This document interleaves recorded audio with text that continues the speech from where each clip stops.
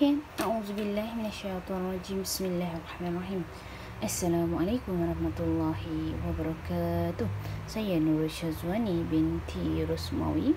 Ini adalah name kad saya dan ini adalah nombor telefon saya 0112555169 dan ini adalah khidmat yang dijalankan oleh As-Salihin Trustee Berhad.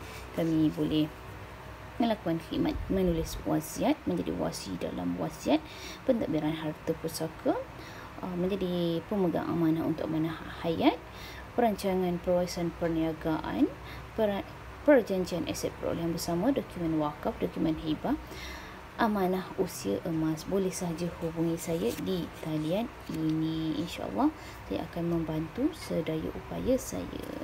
Okey, kita tengok seterusnya, video seterusnya mengenai pengiraan. Kalau tadi saya ada buat pengiraan mengenai penerangan mengenai kadar faraid. Okey, yang ini saya akan buat seperti ini. Okay. Kita tengok si mati dia akan ada 5 golongan yang akan mendapat bahagian faraid. Okey, kita tengok si mati ni dia ada ibu. Kalau ada ibu akan dapat bahagian faraid. Dia ada bapa. Kalau bapa ada, bapa akan dapat bahagian faraid. Ada pasangan ni tak kisahlah pasangan ni dia lelaki ke perempuan. Dia akan tengok isteri ataupun suami. Okey, kita akan tengok isteri ataupun suami. Yang ini kita akan tengok dia ada anak lelaki, anak perempuan. Okey, untuk memudahkan pemahaman tuan-tuan dan puan-puan, saya akan buat satu persatu. Sekiranya si mati ini adalah lelaki. Okey, kalau yang meninggal ini adalah lelaki, dia akan tinggalkan isteri. Kalau si mati lelaki, si mati adalah lelaki, dia akan tinggalkan isteri, ibu, bapa, anak lelaki, anak perempuan. Okey, ini kita tengok sekiranya yang meninggal ini adalah lelaki. Okey, isteri akan dapat berapa? Isteri akan dapat 1/8. Kerana apa? Kerana adanya anak, adanya keturunan. Ibu dapat 1/6. Kerana apa? Kerana ada keturunan. Bapa akan dapat 1/6. Kerana apa? Kerana ada anak lelaki ini. Kalau tak ada anak lelaki, bapa akan dapat 1/6 campur asobah. Okey, untuk anak-anak akan dapat asobah bil ghairi. Okey, seterusnya kita buat pengiraan. Kita nak samakan 1/8, 1/6, 1/6. Nombor berapa yang paling sesuai untuk dijadikan penyebut yang baru, iaitu nombor 24. Jadi 1/8 darab, 1/8 darab dengan 3. Yang ni darab dengan 3, jadi di sini dapat 3. Yang ni darab dengan 4, jadi 4 di sini. Yang ni pun darab dengan 4. Maka bakinya adalah 3 campur 4 campur 4 jadi 11. Yang ni bakinya adalah 13. Jadi kat sini tuan-tuan dan puan-puan jangan lupa tulis di sini bahagian untuk anak lelaki 2 bahagian, anak perempuan 1 bahagian, terus tambah jadi 3 di sini. Jadi di sini 24 ni, 24 dah dapat kat sini. 13 ni boleh ke nak bahagikan dengan 3? Tidak boleh tuan-tuan dan puan-puan. Apabila 13 tak boleh nak bahagi dengan 3, jadi 24 ini, 24 darab dengan 3 jadi 72. 72 jadi yang ini pun kita darabkan. 3 darab dengan 3, 3 darab dengan 3 jadi 9/72. Yang ni 4 darab dengan 3 jadi 12/72. Yang ni berapa? 4 darab dengan 3 jadi 12/72. Jadi untuk anak lelaki 2 ni, 2 darab dengan 13 jadi 26/72. Yang ni untuk anak perempuan 1 darab dengan 13 jadi 13/72.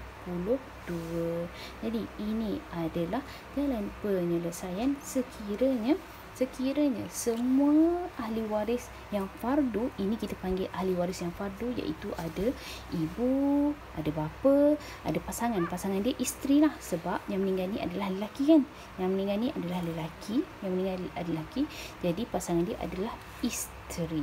Jadi ada ibu, bapa, isteri, anak lelaki dan anak perempuan. Jadi ini adalah jalan pengiraan untuk kes faraid ini.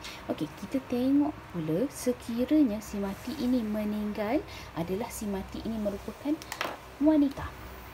Si mati, kita tengok sekiranya wanita. Bagaimana pula pengiraan dia? Okey, kita tengok okey. Dan buat sama saja jangan kira dia. Cumanya kalau di sini adalah isteri, yang ini adalah suami. Ada ibu, ada bapa, ada anak lelaki, ada anak perempuan. Anak lelaki dia seorang je, kita andaikan anak lelaki dia seorang saja. Kalau dua, kalau tiga, kalau empat, lain jalan kiranya ya tuan-tuan dan puan-puan. Okey, suami akan dapat 1/4. Sebab apa? Sebab wanita ini yang meninggal ini ada anak. Ibu dapat 1/6 sama sebab ada anak. Bapa dapat 1/6 sebab ada anak lelaki. Dan untuk anak-anak lelaki akan dapat asabah. Asabah itu apa? Asabah itu adalah baki. Maka kita nak buat penyelesaiannya. Di sini 1/4 darab dengan 3. Yang ni darab dengan 2. Yang ni darab dengan 2. Macam mana Syazwani tahu? Sebab kita tengok nombor yang bersesuaian dengan yang sesama mereka ini. Kita tengok nombor 12 untuk dijadikan penyebut yang baharu. Jadi di sini kita tulis 3, di sini 2, di sini 2. Jadi kita tambah 3 tambah 2 tambah 2 jadi 7. 12 tolak 7 jadi 5. Okey. Tetapi di sini 2, yang ni untuk anak lelaki dan anak perempuan 1.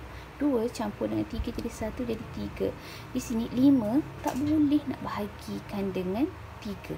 5 tak boleh nak bahagikan dengan 3. Jadi di sini kita kena darabkan. 12 darab dengan 3 jadi 36. Yang ni pun kita kena darabkan. 3 darab dengan 3 jadi 9/36. Untuk ibu 2 darab dengan 3 jadi 6/36. Untuk bapa 6/36 juga sebab 2 darab dengan 3. Untuk anak lelaki 2 darab dengan 5 jadi 10/36. Untuk anak perempuan 1 darab dengan 5 jadi 5/36. Jadi ini adalah jalan penyelesaian untuk kes faraid sekiranya wanita yang meninggal dunia dan dia ada semua ahli waris. Okey, saya tinggikan sikit supaya tuan-tuan dan puan-puan nampak. Okey, ini adalah sekiranya mereka yang meninggal ini adalah lelaki, yang meninggal ini adalah wanita, yang color biru ini adalah lelaki, yang meninggal ini adalah wanita yang color hitam. Okey, ini adalah perbezaan di sini isteri dan suami. Isteri dapat 1/8, suami dapat 1/4.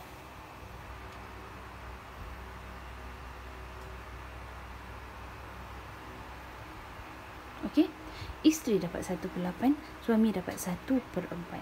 Jadi ini adalah jalan penyelesaiannya. Sekiranya tuan-tuan dan puan-puan bertanya, kenapa 1/8 untuk isteri? Kenapa suami 1/4? Ini memang telah ditetapkan di dalam Al-Quran, ayat surah An-Nisa ayat yang ke-12. Tuan-tuan boleh tengok sekiranya si mati contohnya lelaki, yang meninggal itu adalah lelaki, dia ada anak, dia ada keturunan, maka isteri dapat 1/8. Yang ini pula kalau suami yang meninggal itu adalah wanita yang meninggal itu dia ada suami akan dapat 1/4 sekiranya ada anak. Kenapa suami lagi banyak daripada perempuan Syazwani? Tanggungjawab. Kita kena tahu tanggungjawab seseorang itu bergantung kepada bergantung kepada pihak lelaki, lebih berat kepada pihak lelaki. Jadi Allah telah tetapkan benda ini secara telah tetapkan benda ini secara fitrahnya.